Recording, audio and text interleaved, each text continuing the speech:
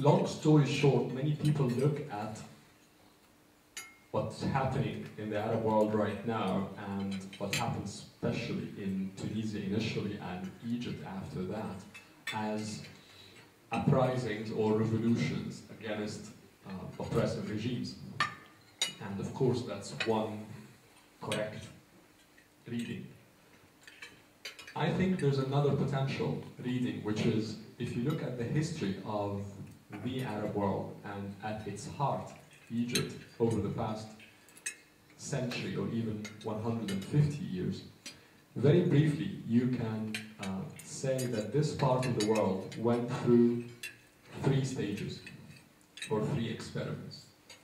One of them was, or the first one, was roughly from the mid-19th century to the mid-20th century, roughly from 1850s to 1950s.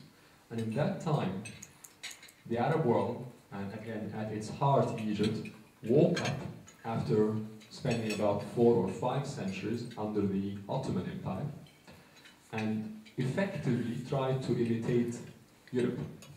So we looked initially to France, because in the case of Egypt and Syria and Lebanon and Tunisia and Morocco and Algeria, France was the first foreign/European power that came to this part of the world. And then after that we expanded our look from just France to other parts of Europe. And the experiment that many people refer to as Arab liberalism, from again 1850s to 1950s, was by many standards very promising.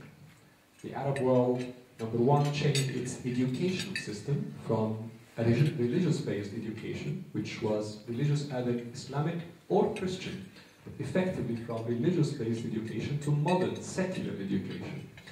There was a massive translation movement, so we translated so many things in literature, in politics, in philosophy, from Europe into the Arab world, especially in Egypt, Lebanon and Syria, for example. After that we even moved towards theater and cinema and started to import these notions into the Arab world, that after that translated into economics, and the Arab world had relatively open economics. The Alexandria Bourse, for example, was the 4th largest in the world at one point in time in terms of volume. Even politics. We had relatively, not very much, but relatively interesting parliamentary systems, certainly in Egypt from the 1910s until roughly the 1940s. And we had some sort of attempt at constitutional monarchy in Egypt, for example. But then this whole very promising experiment failed. Why it failed is a long story. It's probably too long to go into it right now. But my point is this very promising story failed. And then after that, the Arab world, and again at its heart, Egypt, experimented with something completely different, which is Arab nationalism.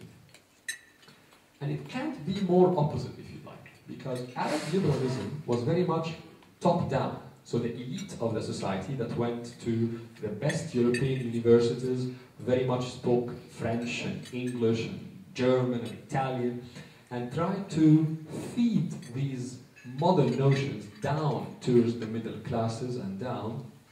In Arab nationalism, it was the opposite. You had a new elite, in most of the Arab world, it came from the military, not from the lawyers and intellectuals of Arab liberalism, this time from the military, who undertook the exact opposite. They took the needs, wants, aspirations of the lower middle classes and more or less formed national strategies out of these. So it was a bottom-up, if you like, unlike the top-down of Arab liberalism. And many times, especially actually in Europe, Arab nationalism is represented as a very aggressive project, very much against the interests of the West in the Arab world. And to a large extent, this is true, to be honest. But also, people have to reflect that this project, which ran roughly from the 1950s until the 1970s, captured the imagination of tens of millions of Arabs. People such as Nasser in Egypt, or Habib Bourguiba in Tunisia, or Hawari Boumadian in Algeria, or Abdel Salam Al-Arif in Iraq actually had genuine mandates. These people represented genuinely their people. It was not a very corrupt political system in terms of representation. But also that huge experiment failed. And again, why it failed is a long story, but it failed. And then we had the last 35 years, which is also another interesting thing, because especially in Western media right now, with what's happening in the Arab world, it is represented as utter corruption, utter coercion, and very, very aggressive, corrupt regimes. And yes, they were. But we also cannot forget that in the past 35 years, the Arab world witnessed very major developments in infrastructure development, in education, in health care development, many points. But obviously the fact that we have today these revolutions across the Arab world tells us that the past 35 years, which in my view are very much a distorted form of capitalism, also failed. So if you look at this flow very quickly, you have 3 macro projects in the Arab world. All of them failed in the past 150 years. And at the same time, something I believe revolutionary happened in this part of the world, which was demographics. If you look at the Arab world towards the end of the 1970s, early 1980s, we had roughly 180, 200 million Arabs. Today, we are about 350, 370, depending on which consensus you believe in. So basically, we added about 170 million people in the last 30 years. In other words, today you have arguably between 180 to 200 million Arabs under 30 or 35 years old. And when you even go into more detail in this number, 2/3 of this are under 20 years old. Just reflect on this number, especially here in Europe where you have a major immigration problem. Reflect on that number.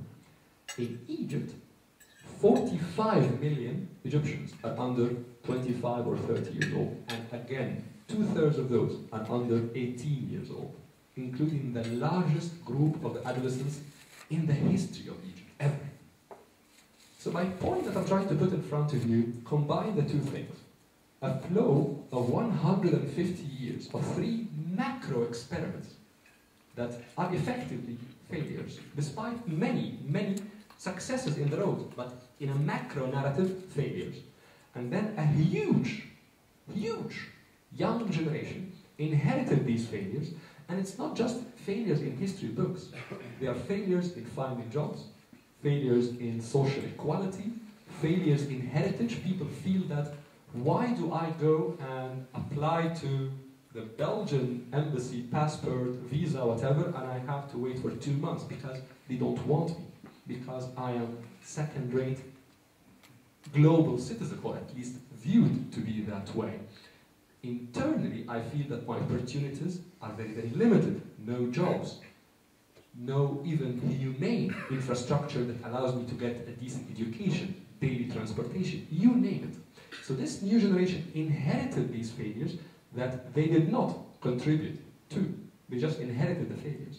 So my point is that yes, in one way, the wave of revolutions in the Arab world right now could be seen as just revolts against oppressive regimes, yes, but in another way, you can see it as a major transformation in the demographics of the Arab world that effectively rejects the heritage imposed on them by not only the Mubarak regime or Ben Ali regime or Assad regime, by the power structure in the Arab world, at least for the past half century. It is this generational rejection that's happening right now. And if you reflect on that way of looking at what's happening, I think you start to see the story much bigger than just the politics of revolution. It is cultural to a large extent. It is intra-society to a large extent. It is very much in the minds of the society.